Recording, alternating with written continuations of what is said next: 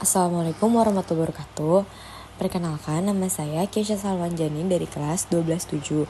Di sini saya akan menjelaskan tentang teks narasi bab 4. Berikut adalah tujuan pembelajarannya. 1. Menjelaskan pengertian teks narasi. 2. Menyebutkan ciri-ciri dan struktur teks narasi.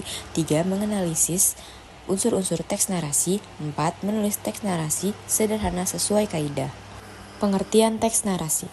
Teks narasi adalah teks yang menceritakan rangkaian peristiwa secara kronologis atau urut waktu untuk menghibur, memberi pengalaman, atau menyampaikan pesan moral.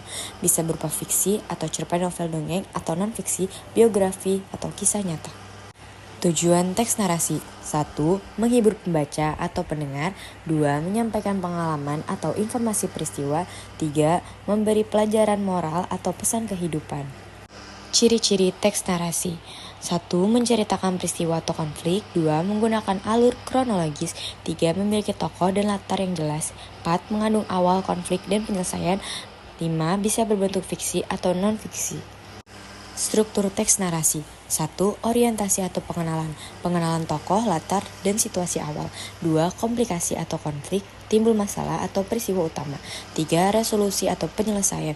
Konflik diselesaikan dan cerita berakhir. 4. Koda atau opsional, penutup dan amanat bagi pembaca. Unsur teks narasi. 1. Tema, gagasan pokok cerita. 2. Tokoh atau penokohan, pelaku dan sifatnya. 3. Latar atau tempat waktu suasana. 4. Alur atau plot, urutan peristiwa seperti maju, mundur, dan campur.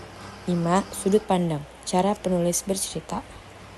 6. Amanat, pesan moral yang disampaikan.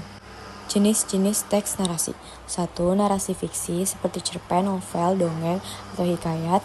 2. Narasi non-fiksi, biografi, autobiografi, atau catatan perjalanan. 3. Narasi ekspositor, menjelaskan peristiwa nyata dengan urutan waktu. Contoh singkat teks narasi. Malam itu hujan deras mengguyur kota. Raka berlari menyusuri jalan sempit menuju rumah neneknya. Tiba-tiba ia mendengar suara kucing mengeong ketakutan di selokan. Raka pun menolongnya, meskipun pakaiannya basah kuyup. Sesampainya di rumah, neneknya tersenyum bangga. Kebahasaan teks narasi. Menggunakan kata kerja aksi seperti berlari, menolong, mendengar.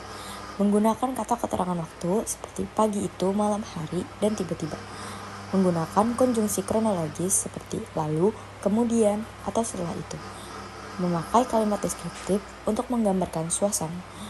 Langkah menulis teks narasi. 1. Tentukan tema dan tujuan cerita. 2. Susun alur atau urutan peristiwa. 3. Tentukan latar, tokoh, dan konflik utama. 4. Kembangkan cerita menjadi paragraf narasi. 5. Tambahkan penutup atau amanat bila perlu.